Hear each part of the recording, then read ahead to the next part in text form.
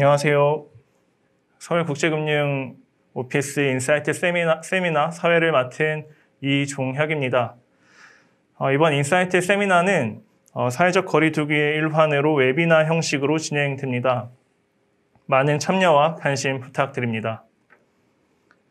오늘 인사이트 세미나 행사를 주최하게 된 서울국제금융오피스는 서울금융산업 활성화와 금융중심지 기능을 강화하고자 하는 목적으로 여의도 IFC에 설립되었습니다.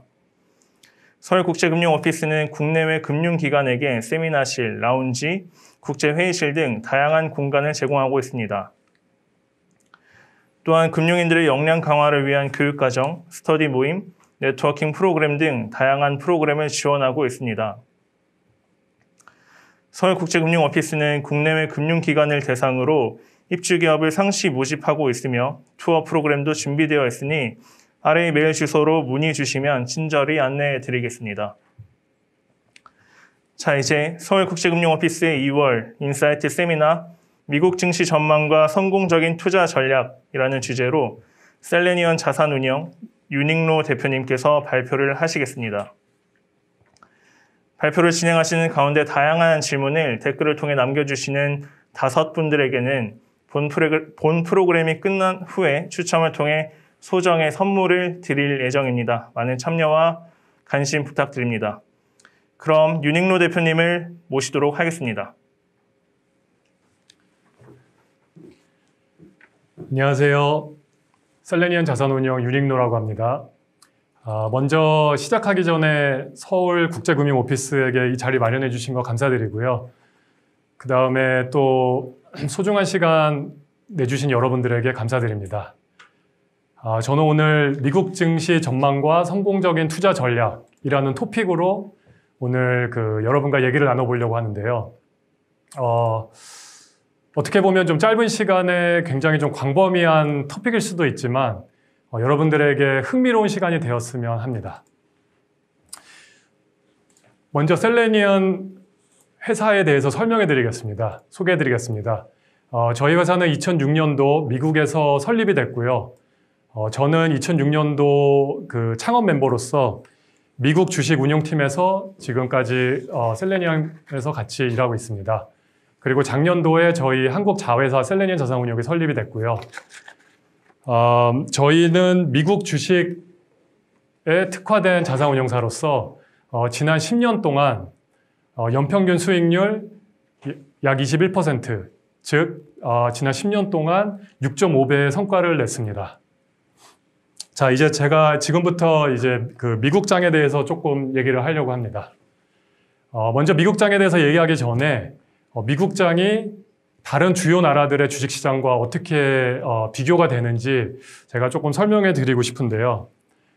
먼저 일단은 제가 지금 준비한 이 차트는 지난 50년 동안 각 주식시장이 낙폭이 드로다운이라고 그러는데요. 가장 최근에 최고점부터 얼마큼 떨어졌는지 그걸 한번 보겠습니다. 그래서 제가 먼저 한국을 그려보겠습니다. 그래서 한국은 제가 알기로는 증권거래소가 1950년대부터 있었는데 실제로 코스피가 설정된 80년대부터 좀 릴라이어블한 데이터가 있는 80년대부터 제가 그려봤는데요.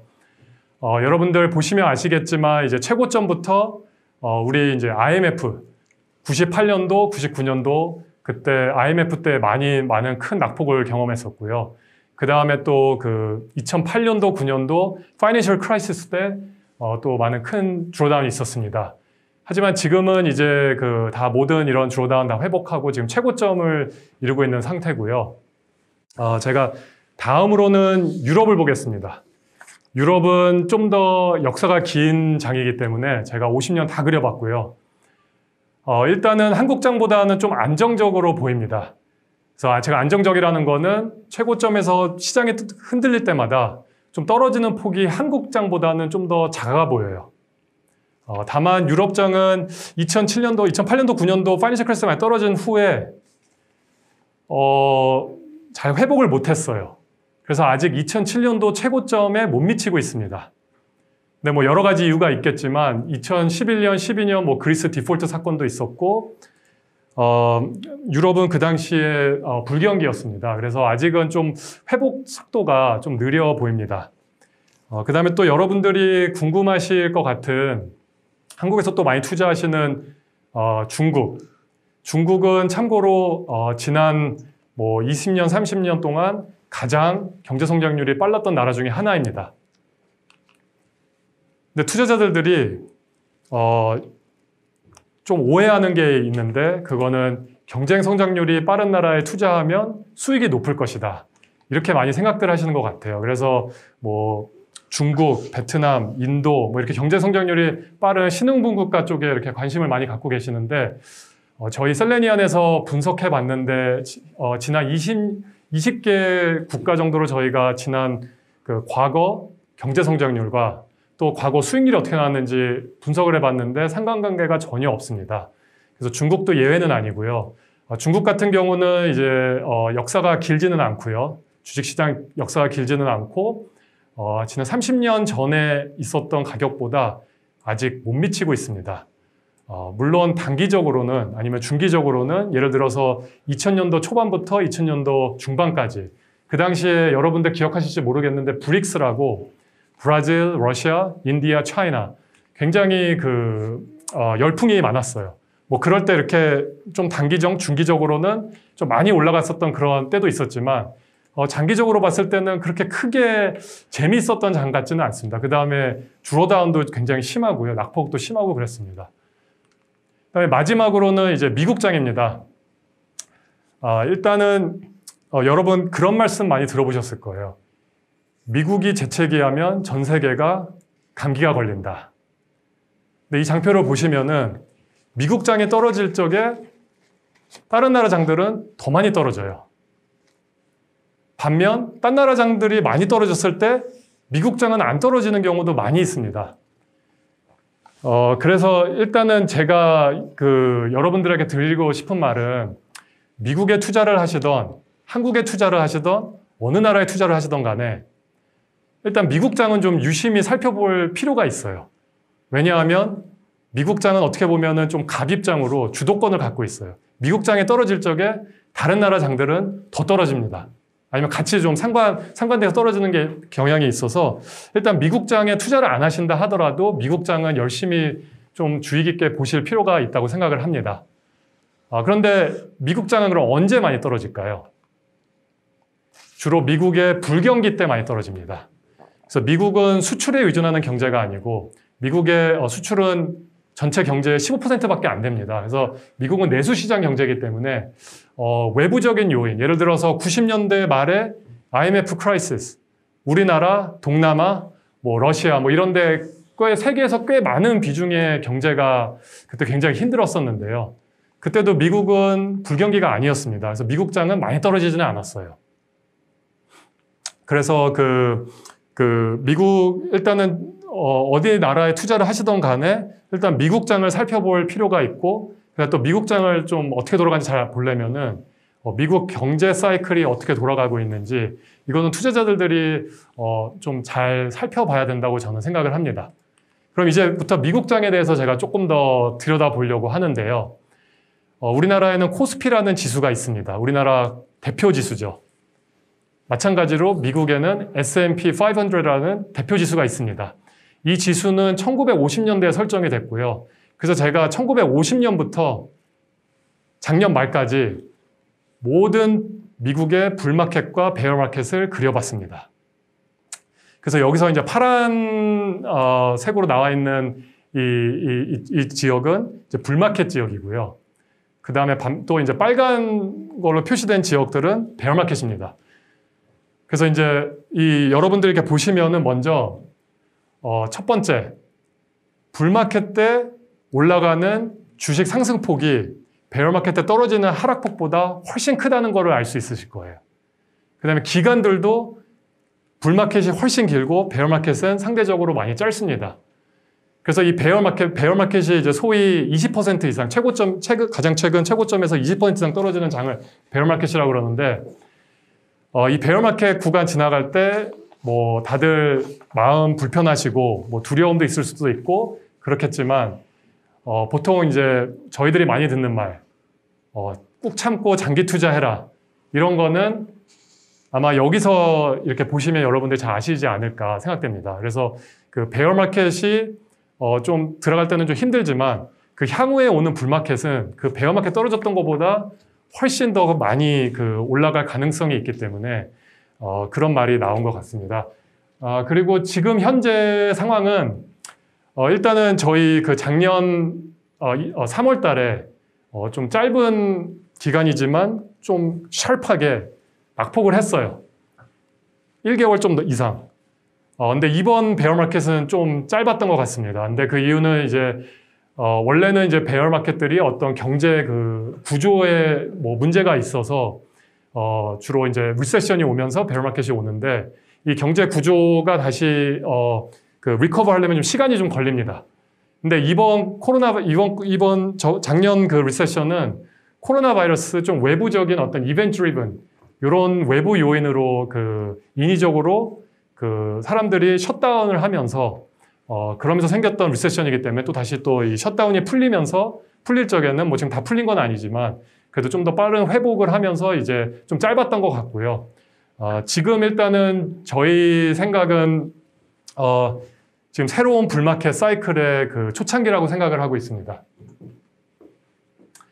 그 다음에 이제 미국장에 투자를 하시게 되면은 크게 이제 두 가지 방법이 있을 텐데요.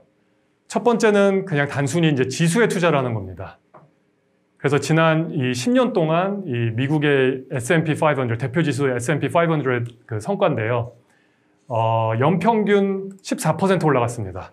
근데 이제 길게 봤을 적에는 보통 이제 주식시장이 미국에서는 7, 8% 정도 올라갔어요. 연평균 수익률. 근데 그거 대비 좀 많이 높게 그동안 지난 10년 동안은 굉장히 좋았었고요. 근데 이제 또 어떤 투자자분들은 지수보다는 나는 개인 종목을 좀 투자하고 싶어 이러신 분들도 많으실 거예요. 그래서 또 이제 또 개인 종목을 이제 투자하실 수도 있으신데 이거는 이제 저희가 S&P 500에서 지난 10년 동안 수익률 탑 10과 바름 10을 뽑아봤습니다. 그래서 여기 보시면 아시겠지만 이제 제일 좋았던 거는 엔비디아, 넷플릭스, 아마존, 아도비, 뭐 마스터카드 이런 회사들이 있고요. 이런 회사들은 지난 10년 동안 37배, 21배, 17배 뭐 이런 굉장히 높은 수익률을 냈습니다. 그래서 제 생각에는 개인 뭐 투자자분들이 이런 지수에 투자하는 것보다는 나는 종목을 투자하겠다 하면은 좀 이런 종목 좀 지수보다 훨씬 더 많이 올라가는 이런 종목에 투자하면서 높은 수익률을 내는 게 좋지 않을까 그런 기대감 때문에 하는 것 같은데요. 근데 또 뭐 다 아시겠지만 반면 또 바름 10을 보시면은 이렇게 아예 파산이 돼서 전액 손실을 나는 종목들도 있습니다. 그래서 그 개별 종목을 투자하시게 되면은 솔직히 지난 역사상 이 개별 종목들에 투자했을 때 뭐 어느 정도 수익률을 내가 기대할 수 있을까 뭐 이런 거를 좀 연구해 볼 필요가 있는데요. 저희가 그 지난 10년이 아니고 1926년도부터 2016년까지 그 다음에 S&P 500에 있는 500개 큰 회사가 아니고 미국 거래소에 상장되어 있는 모든 회사 약 25,300개를 저희가 분석을 해봤습니다. 그래서 이거는 이제 각 종목을 매수한 후에 10년을 보유했을 때 어떤 성과가 났는지 그거를 저희가 그려봤는데요. 이게 이제 빈번도입니다. 그래서 종목을 산 후에 10년 동안 갖고 온 후에 가장 많이 일어나는 케이스는 전액 손실입니다. 여러분들 놀라실 수도 있지만은 주식 쉽지는 않습니다. 주식 투자 쉽지 않고 그 다음에 뭐 그런 말도 들어보셨을 거예요. 주식은 뭐 휴지 조각 같다. 근데 아마 그거는 뭐 이렇게 10년 동안 투자해 보셔서 전액 손실을 많이 보신 분들이 뭐 그렇게 뭐 말씀하시지 그러니까 아주 틀린 말은 아니에요. 네, 그리고 이제 제가 또 이제 중앙값, 미디언인데 요거는 이제 그 50%는 10년 투자한 후에 16.1%보다 수익률이 낮습니다. 그러니까 연평균으로 따지면 1.5%밖에 안 되는데요. 인플레이션도 안 돼요. 그냥 원금도 잘 못 지키는 겁니다. 그래서 반 정도는 원금도 못 지키고 이제 나머지 반만 조금 이제 수익률이 납니다. 수익률이 나는데 빈번도는 낮지만 가끔 3배, 4배, 5배, 뭐 10배, 뭐 심지어는 뭐 100배, 뭐 이렇게 나누는 종목들도 있습니다. 근데 이제 그거와 반면 인덱스는 한 2배 정도 올라요. 10년 갖고 있으면. 그러면 연평균 수익률이 한 7, 8%입니다. 근데 주식 반은 원금도 잘 못 찾는데 어떻게 인덱스는 2배가 올라갈 수 있을까? 인덱스가 평균인데 그렇게 생각하실 분들이 있을 수 있는데 주식은 일단 투자하면 가장 많이 잃을 수 있는 금액이 100%입니다. 그렇지만 이제 벌 때는 언리미티드입니다. 그래서 가끔 이렇게 3배, 4배, 5배 이렇게 올라가는 주식들이 종목들이 있어서 이 평균을 끌어올립니다. 그래서 이제 인덱스는 한 2배 정도를 벌고요. 실제 개인 종목에 투자하신 다음에 인덱스를 이기는 종목은 3분의 1밖에 안 돼요. 3분의 2는 인덱스를 이기지를 못합니다. 그래서 요즘에 이제 뭐 패시브 인베스팅, 종목 같은 거 잘 보는 눈 없거나 열심히 연구할 생각 아니면 그냥 지수에 투자해라. 뭐 이런 말들을 많이 들으셨을 텐데 이거를 아마 좀 보시면은 조금 더 이해가 잘 되시지 않을까 생각됩니다. 그러면은 일단은 뭐 저희 회사도 그러고 그래도 이제 개별 종목을 이제 투자하시고 싶어 하시는 분들이 많이 있으실 텐데 그런 분들은 일단은 이런 노력들이 필요해요. 일단은 돈을 잃지 않는 이 50% 종목들, 돈을 잃는 종목들 이런 것들은 좀 피하려고 하는 노력이 필요하고 특히 100% 가장 빈번도가 높은 케이스 100% 잃는 이런 종목들은 좀 피하는 게 좋습니다. 피하려고 하는 노력이 필요합니다. 근데 그것보다 더 중요한 거는 10년 투자하고 나서 3배, 4배, 5배 이렇게 올라갈 수 있는 종목들을 찾는 게 중요해요. 근데 이런 종목들은 어떻게 찾으면 될까요? 여러 가지 방법론이 있겠지만 저희 셀레니안에서 하는 방법론을 제가 공유해 드릴까 합니다. 그래서 저희는 일단은 주식이 10년 투자해서 3배, 4배, 5배 올라가려면 가장 좋은 방법은 회사 덩치가 3배, 4배, 5배 올라가야 돼요. 그러려면은 매출이 많이 올라가야 되는데 그러려면 이 회사가 있는 산업 규모가 커야 됩니다. 그리고 또 이 산업이 또 빨리 자라는 산업이면 더 좋고요. 아니면은 이 산업이 많이 커서 그 안에서도 많이 클 룸이 많이 있는 그런 산업을 가지고 있는 회사가 좋습니다. 두 번째는 아무리 좋은 산업에 있고 이런 게 하더라도 경쟁력이 떨어지면 예를 들어서 시장 점유율을 더 뺏거나 더 늘리거나 아니면은 지키거나 이런 회사들에 투자를 해야지 아무리 좋은 산업에 있다 하더라도 경쟁력이 없어서 시장 점유율 잃는 회사는 10년 동안 투자한 후에 별로 재미가 없을 수 있겠죠. 그 다음에 회사가 이제 10년 동안 3배, 4배, 5배 자라려면은 많은 자본이 필요합니다. 근데 이 자본은 회사 내에서 벌어들이는 돈으로 충당할 수도 있고요. 근데 회사가 영업이익이 없거나 아니면 그 돈으로 부족하거나 아니면 그 자본 자체가 너무 많이 필요한 회사들은 어쩔 수 없이 빚이나 증자를 일으켜서 그렇게 해서 자랄 수도 있습니다. 근데 회사가 아무리 10년 지나도 3배, 4배, 5배 자란다 하더라도 증자를 많이 했거나 빚이 많이 끌어서 이렇게 자란 회사들은 결국엔 투자자한테 수익률로 연결이 안 될 수도 있어요. 그 다음에 아까 그 전 장표에서 제가 100% 전액 손실하는 회사 그런 회사들 가장 피하기 좋은 방법은 빚 없는 회사에 투자하는 거죠. 회사는 일단 파산을 안 하면은 100% 전액 손실하기는 쉽지는 않습니다. 그리고 또 10년 투자하다 보면은 리세션도 있을 수도 있고 뭐 작년같이 코로나 바이러스처럼 이렇게 생각하지 못하는 이런 이벤트가 있을 수도 있고 그럴 때마다 부채가 많은 회사들은 힘들어집니다. 그래서 또 부채가 없거나 아니면 부채율이 낮은 회사 이런 회사들을 저희는 선호를 하고요. 마지막으로는 결국엔 이 회사들은 사람이 경영을 합니다. 그래서 이 모든 것들이 다 잘 갖춰진다 하더라도 이 경영하시는 분들이 주주 친화적으로 경영을 하지 않으시면은 주주들한테 그 리턴으로 다 수익률로 다 안 돌아올 수도 있어요. 그래서 저희는 이렇게 크게 5가지 이 컨시더레이션을 가지고 이 종목을 픽하게 되고요. 그 다음에 이제 종목 선택만큼 또 중요한 게 있습니다. 여러분들 보통 투자자들은 종목 선택에 많이 포커스를 해요. 너 어디에 투자했니? 너 얼마큼 벌었니? 뭐 얼마큼 떨어졌니? 뭐 이렇게 뭐 많이 질문하고 어디에 투자를 할까? 이런 고민을 많이 하시는데 또 종목 선택만큼 또 중요한 게 또 있어요. 그게 이제 투자 방식인데 제가 한번 예를 들겠습니다. 그래서 예를 들어서 저희가 여기 이 10개 회사에 10년 동안 장기 투자한다고 가정을 해봅시다.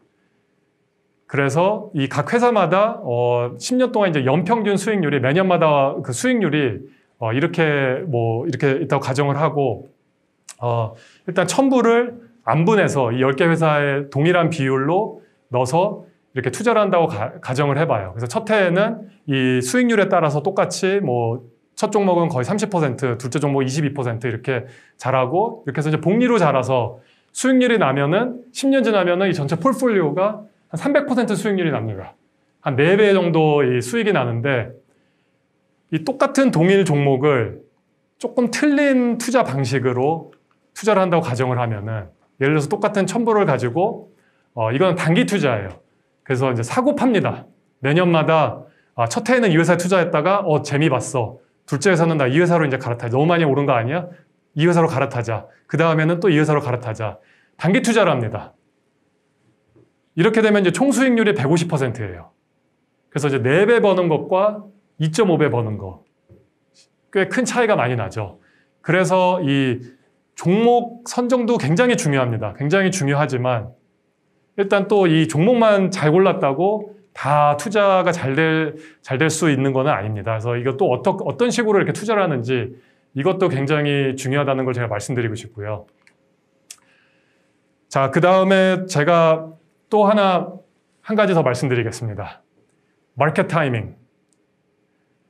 여러분들 장기 투자해라, 뭐 마켓 타이밍 무시해라, 뭐 이런 말씀도 많이 들으셨고, 그렇지만 이거를 실제로 진짜 믿는 분들은 많이 없으실 수도 있을 것 같아요. 특히 뭐 작년을 생각해 보세요. S&P 500은 작년 3월 22일 날 최저점을 찍었습니다. 그 후에 지금 많이 올라왔습니다.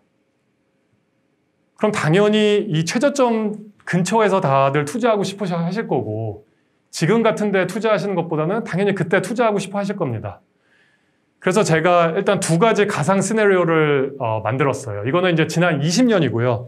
S&P 500 20년, 2000년도부터 지금까지 20년 동안 왔었던 거고 지난 20년 동안 매년 동일한 금액을 20번 이렇게 투자한다고 가정을 해봅시다. 그리고 첫 번째 사람은 너무 운이 좋아서 매년마다 최저점에만 투자를 했어요. 그래서 아까 제가 말씀드렸던 2020년도에는 3월 20일 날 투자를 했고 그 다음에 뭐 그 파이낸셜 크라이시스 때는 또 발음에 2008년도에는 11월 달에 투자를 했고 2009년도에는 3월 달에 투자를 하셨고 뭐 이런 식으로 이렇게 매년마다 최저점에만 투자를 하셨어요. 너무 운이 좋아서 20번 연속. 그리고 반면 두 번째 분은 너무 운이 안 좋아요. 운이 안 좋으셔서 매년마다 최고점에만 투자를 하셨습니다. 그래서 다 이렇게 다 떨어졌을 때는 다 놓치시고 매년마다 또 하필이면 제일 높았을 때 최고점에 이 투자를 했다고 가정했습니다. 이랬을 때 이제 첫 번째 분은 연평균 수익률이 11% 정도 나옵니다. 네. 그 두 번째 분은 얼마큼 수익률이 차이가 날까요? 당연히 최저점에 들어가신 분보다는 수익률이 낮겠죠. 9%입니다. 2% 정도밖에 큰 차이가 안 납니다. 근데 이거는 제가 말씀드렸듯이 최상의 케이스와 최악의 케이스를 비교한 거예요. 20번 연속. 근데 실제로 여러분도 아시겠지만 현실적으로는 이거는 뭐 거의 불가능한 시나리오로 생각하시면 되고요. 뭐 이 사이에 어느 정도 이렇게 뭐 아마 나올 건데 큰 차이 없습니다. 그래서 항상 마켓 타이밍 이런 거가 많이 생각되실 적에 내가 만약에 오랫동안 장기 투자를 할 의향이 있으시다면 별 차이가 없다는 거 꼭 기억해 주시기 바랍니다. 일단은 제가 오늘은 여기까지 하겠습니다. 그래서 뭐 짧은 시간 동안 어떻게 보면은 좀 광범위한 타픽이라서 조금 어떻게 보면 좀 많은 내용일 수도 있고 뭐 그럴 텐데 하여튼 뭐 시간 내주셔서 여러분들 그동안 유익한 시간이었으면 좋겠습니다. 감사합니다. 네, 대표님 잘 들었습니다. 일단 뭐 국내도 물론이고 또 해외 증시에도 요즘에 많은 분들이 또 관심을 가져주시고 계시는데 일단 오늘 그 강의가 되게 많은 분들에게 좀 도움이 됐으리라고 생각이 돼요. 그 댓글창을 보니까 다양한 질문들이 많이 올라왔는데요. 그 전에 질문에 앞서서 셀레니어는 그 미국 시장을 공략한 그 계기가 있으신가요, 혹시? 뭐 일단은 저는 이제 뭐 미국에서 계속 오랫동안 생활을 해왔고, 뭐 제가 일단 미국에서 창업을 했었고, 그다음에 제가 창업 전에는 미국에서 이제 투자 회사들에서 일하면서 경험을 쌓았던 뭐 그런 것들이 뭐 가장 큰 이유지 않을까. 뭐 단순히 생각하면 그런데, 근데 저는 이렇게 생각합니다. 미국장에 투자하시는 거는 미국에 투자하는 게 아닙니다. S&P 500 지수에 있는 회사들 전체 매출의 50%는 미국에서 나는 매출이 아니에요. 미국 외에서 나는 매출입니다. 생각해 보세요. 나이키, 스타벅스, 맥도날드, 뭐 아마존, 마이크로소프트 이런 회사들이 미국 회사가 아닙니다. 전 세계를 상대로 하는 비즈니스를 하는 이런 회사들입니다. 그래서 저는 저희 회사가 그 미국장에 특화된 자산운용사는 맞지만 꼭 미국에 투자한다고만 생각하지는 않습니다. 저희는 전 세계에 투자한다고 생각을 합니다. 네, 요즘에 또 근데 증시 하락 때문에 또 요즘에 인버스에 대한 이야기들이 많이 나오고 있습니다. 여기에 대한 그 대표님의 견해는 어떠신가요? 그 인버스 ETF 말씀하시는 네네. 건가요? 제가 뭐 전에 보여드렸던 장표 보시면 아시다시피 불마켓 때 올라가는 폭이 베어마켓에 떨어지는 폭보다 훨씬 큽니다. 그리고 이 장표만 보셔도 아실 거고요. 일단은 투자를 하실 적에 이런 거나 이렇게 생각하시면 돼요. 우리나라에서 뭐 예를 들어서 뭐 내가 정말 좋은 뭐 부동산 자산이 있어. 아니면 뭐 강남에 어떤 땅이 있어. 내가 이거를 인버스를 한다? 부동산 너무 많이 오른 것 같아. 경제가 이제 더 이상 안전할 것 같아.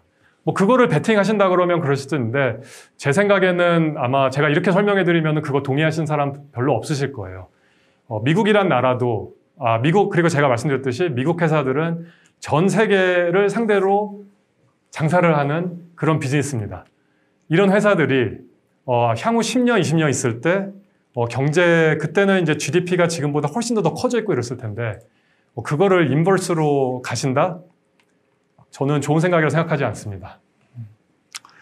네, 사실 아까 대표님이랑 이제 좀 이야기를 하면서 예상 질문에 대한 이야기를 좀 많이 나눠봤는데요. 그 예상 질문 말고도 주요 채팅 창을 통해서 많은 분들이 또 질문 댓글을 남겨주시고 계십니다. 이건 좀 저도 궁금한 내용이긴 한데요. 비트코인과 주식의 상관관계에 대해서 어떻게 생각하시는지 대표님의 견해를 좀 듣고 싶습니다. 저는 비트코인 전문가는 아니고요. 네, 그치만은 그리고 글쎄요, 크게 상관관계가, 비트코인 일단 뭐 역사는 뭐 10년 넘는 걸로 알고 있습니다. 제가 원래 샌프란시스코에서 살다가 그쪽에서 생활하다 와서 이미 제가 2009년도, 10년도, 11년도 그때 그 샌프란시스코 친구들 중에서 예전에 비트코인이 정말 잘 안 알려졌을 때부터 비트코인 뭐 사서 저랑 뭐 얘기도 많이 하고 그랬던 기억이 있어서 자산은 좀 오래됐지만은 그래도 뭐 10년 가지고 뭐 이렇게 상관관계를 이렇게 판단하기는 쉽지는 않은 생각이라고 판단하고요. 뭐 비트코인에 대해서는 일단은 저는 뭐 제 생각은 이렇습니다. 일단은 뭐를 투자를 하시려면은 이건 당연한 얘기인데 투자하실 때 뭐 얼마에 살 건가 뭐 이런 거를 결정을 하셔야 됩니다. 그러면은 그 자산에 대해서 어떤 가치를 매겨야 되는데 아까 제가 설명드렸듯이 부동산 같은 경우는 임대가 있어요. 그래서 내가 임대를 뭐 매년마다 이렇게 받으니까 예를 들어서 뭐 은행 금리보다 이게 좀 더 많이 받을 수 있구나. 뭐 이런 식으로 이렇게 해서 그래 이 정도 가격이면은 내가 사면은 그 은행 금리보다 잘할 수 있겠구나. 이렇게 투자하실 수도 있고요. 주식도 마찬가지입니다. 주식도 내가 이 회사에 투자했을 때 이 정도 내가 현금 흐름을 기대할 수 있구나. 나한테 돌아오는 게 이럴 수 있구나. 그래서 그거에 맞춰서 내가 이 정도 가격에는 내가 살 수 있다. 뭐 이렇게 생각할 수 있는데 비트코인은 뭐 저한테 주는 게 있나요? 이거는 뭐 비트코인 자체가 어떤 가격, 이게 5만 불이 적당한 가격인지 3만 불이 적당한 가격인지 아니면 10만 불이 적당한 가격인지 그거를 내리는 기준이 뭔지 명확하지 않아서 좀 투자하기가 좀 그런 쪽에서는 좀 부담스러울 수 있다고 생각합니다. 네. 그리고 이제 이런 질문도 있었는데요. 미국 달러가 이제 오르고 있는데 이는 증시의 그 장단기 관점에서 어떠한 영향을 줄 걸로 예상이 되나요? 라는 질문이 있었습니다. 일단 미국 달러는 전 세계 국고에서 60% 한 3분의 2 정도가 미국 달러에 있습니다. 그래서 우리나라도 마찬가지고 중국도 마찬가지고 유럽도 마찬가지고 각 나라의 그 국고에 일단 항상 달러를 3분의 2 정도, 66% 정도를 갖고 있어요. 그래서 전 세계에서 가장 필요한 디맨드가 많은 화폐고요. 그래서 그리고 항상 나라들끼리 무역을 하더라도 달러로 다 결제를 많이 합니다. 그래서 우리나라 원은 솔직히 우리나라 경제와도 민감하게 좀 많이 움직이고 이럴 수 있는데 미국 달러도 당연히 미국 경제와 어느 정도 상관관계가 있는 건 사실입니다. 그렇지만 이거는 또 전 세계 화폐나 마찬가지예요. 그래서 뭐 중국이 잘 되던 인도가 잘 되던 우리나라가 잘 되던 전 세계 어느 나라가 잘 되던 간에 일단은 그 나라들이 잘해서 수출을 많이 하고 이럴 적에 꼭 필요한 것이 미국 달러입니다. 그래서 제가 생각하기에는 뭐 미국 달러를 가장 안전 자산, 안전한 화폐라고 많이들 생각하시는 것 같고요. 그 다음에 주식 시장과 상관관계에 대해서는 일단은 미국 화폐는 시장 변동성이 높을 때, 그럴 때 미국 달러가 강해질 때가 많습니다. 그런 경향이 있습니다. 그래서 그런 거는 한국 투자자들한테는 좋은 뉴스예요. 왜냐 한국 투자자들은 미국에 달러를 이제 투자를 하게 돼서 변동성이 많아서 장이 하락을 하거나 이럴 적에 또 환율이 또 이렇게 좀 해징 역할을 해주는 그런 게 있습니다. 그래서 한국 투자자들한테는 굉장히 좋은 뉴스라고 생각할 수 있습니다. 네. 대표님이 아까 말씀을 하시면서 좋은 말씀을 해주신 것 같아요. 어떤 종목에 투자를 해야 하나라는 말씀을 해주셨는데 5가지를 말씀해 주셨거든요. 시장 규모가 커야 하고 또 회사의 경쟁력이 있어야 되고 또 회사 자체적으로 벌어들일 수 있는 그런 회사, 그리고 네 번째로는 레버리지 관리와 마지막에는 주주 친화적인 회사인가, 경영을 하고 있는가, 이런 5가지의 5가지를 이제 말씀을 해주셨는데, 그러면은 이제 이 회사, 여기에 해당되는 그 회사는 어떤 회사인지 말씀을 좀 해주실 수 있으실까요? 제가 예를 들겠습니다. 제가 말씀드렸듯이 좋은 종목에 우량 자산에 오랫동안 투자해라 이렇게 말씀드렸는데 제가 종목 예를 하나 들겠습니다. 여러분 일단은 10년 동안을 투자하시게 되면은 길게 보시고 이렇게 좋은 산업에서 아까 말씀하셨듯이 좋은 산업에서 경쟁력 있는 이런 회사들을 골라야 되는데요. 지금 세계는 뭐 여러 가지 큰 트렌드들이 있습니다. 근데 그 중에 하나는 저는 일단 리테일 쪽에서 오프라인에서 온라인으로 리테일이 넘어가는 게 하나의 큰 트렌드라고 생각을 해요.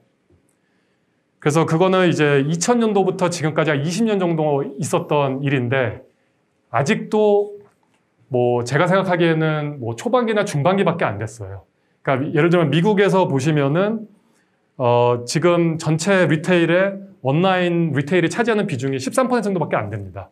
근데 향후에 이게 뭐 한 20%, 30%, 40% 이렇게까지 갈 수 있는데 아직 13%밖에 안 됐고 그래서 아직 20년 동안 이런 트렌드가 있었어도 앞으로 10년, 20년 충분히 갈 수 있는 더 트렌드라고 생각을 하고요.